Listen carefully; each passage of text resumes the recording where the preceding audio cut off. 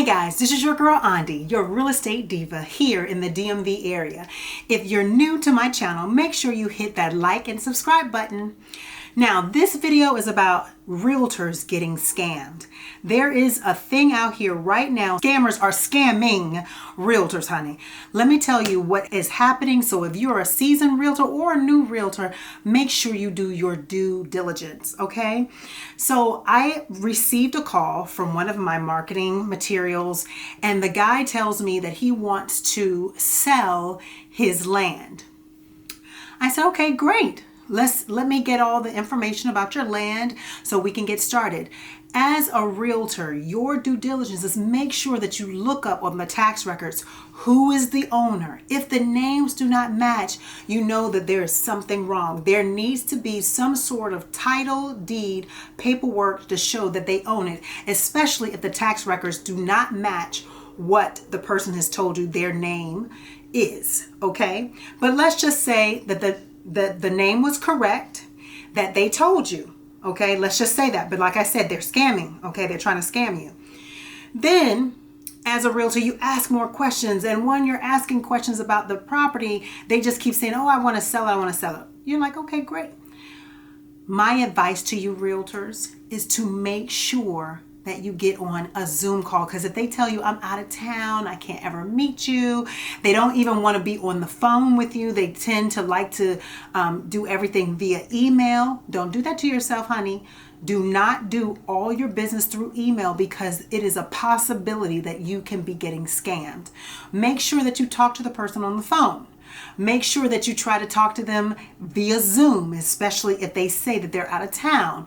Make sure that you ask them to send you their licenses or some sort of government ID to show you that they are who they say they are. This is where the guy tried to get me. The guy told me that his name was, let's just say, John Doe. John Doe lives at 123 Main Street, and he wanted to sell that property. I said, okay, great, John Doe, let's sell it. And then John Doe says, just send me all of the paperwork and I'll sign everything so we can get started. I said, okay, not a problem. I began to work on the paperwork. I looked up the tax records. John Doe's name is there. So I'm like, okay, this is John Doe. And then I see a second person as a tax record. I said, John Doe, what is the name of the second person? John Doe, actually, this is mistake number one. He actually gave me the wrong name. And I said, oh, well, I have Jane Doe here on this tax records, but you gave me Margaret Doe. And he's like, oh, no, it's Jane. It's Margaret. It's not Jane. And I said, okay, well, could you please send me your IDs? Make sure you ask for their licenses, their government IDs via email, especially if you're doing everything virtually or via email, phone, because you want to make sure you have the right person. He did. But when I saw his picture didn't quite match the voice that I was listening to. But you can't discriminate. You got to be like, okay, the voice don't quite match, but let's keep going. So then when I said, do you mind, let's get on a Zoom call, he was never available for a Zoom call. Never could get on. And I said, you know what, sir, I cannot sell this property in good faith without being able to actually see you via Zoom. Or meeting you at the property. Is that okay? And he's like, you know what? Never mind. I don't want you as a realtor.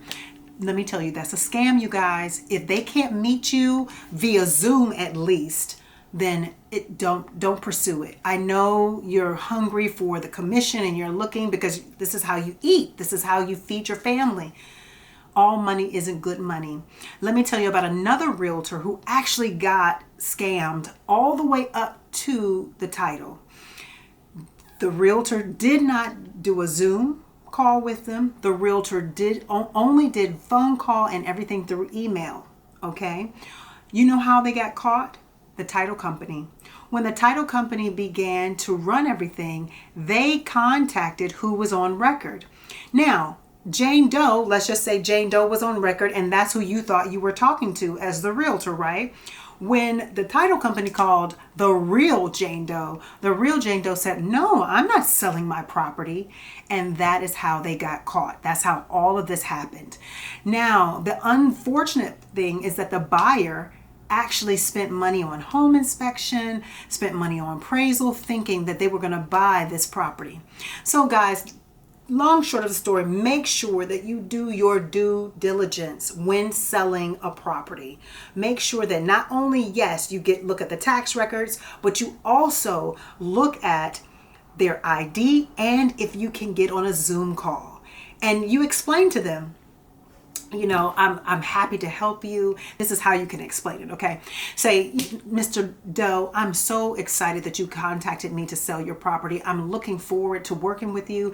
Is it possible that we can get on a Zoom call? Because you know, out here, there are so many different scams, and I just want to make sure that you are who you say you are, sir, and there's no harm done. Do you have any time to do that with me? If they say no, then you just say, thank you so much, sir, but unfortunately, I'm not the realtor for you, and move on, honey. Okay, so this is your girl Andi, and this is your tip for today.